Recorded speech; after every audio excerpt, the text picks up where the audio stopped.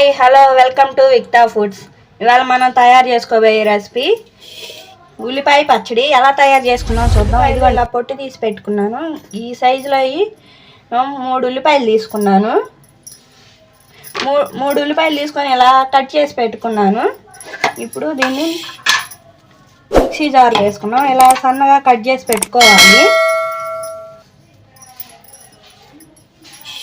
ఈ ఉల్లిపాయ పచ్చడి చాలా టేస్టీగా ఉండిద్దండి. వేడి వేడి అన్నంలో నెయ్యి వేసుకొని తింటుంటే చాలా టేస్టీగా ఉండిద్ది.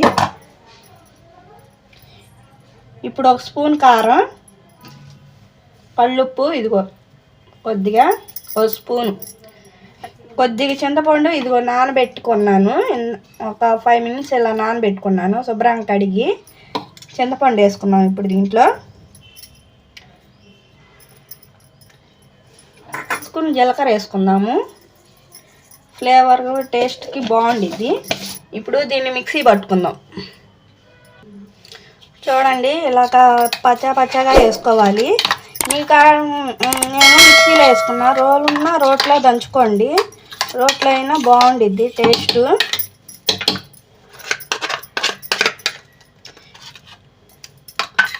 చూడండి ఎంత బాగా వచ్చిందో. ఇప్పుడు దీన్ని తిరగమాత పెట్టుకుందాము. పచ్చడికి తిరగమాత. ఇప్పుడు స్టవ్ వెలిగించుకుందాం. స్టవ్ వెలిగించుకొని బాండీ పెట్టుకుందాం చిన్నది. ఆయిల్ వేసుకుందాం. ఇప్పుడు 1 స్పూన్ తిరగమాత గింజలు వేసుకుందాం. 2-3 ఎల్లుల్లిపాయ రెబ్బలు వేసుకుందాం. 2 ఎండుమిర్చి, కొద్దిగా కరివేపాకు.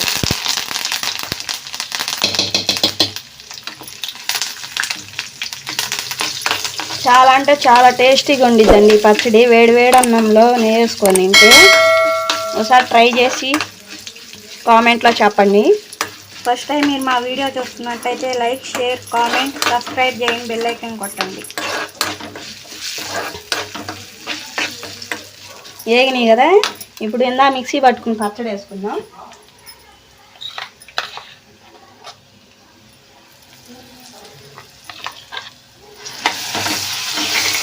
ఒకసారి తింటే ఈ పచ్చడి మళ్ళీ తినాలనిపించింది. వదలబుద్ధి కాదు ఈ పచ్చడి. దోశలోకైనా చాలా బాగుండిద్ది.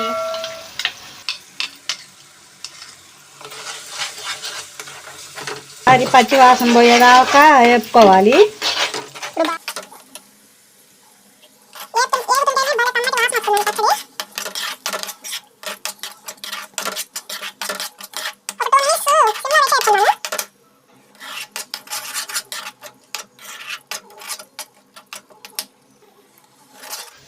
ఇప్పుడు వేగిపోయింది కదా 2 నిమిషాలు. ఇప్పుడు స్టవ్ ఆఫ్ చేసుకొని సర్వింగ్ బౌల్లో తీసుకుందాము. ఇప్పుడు స్టవ్ ఆఫ్ చేసుకుందాం.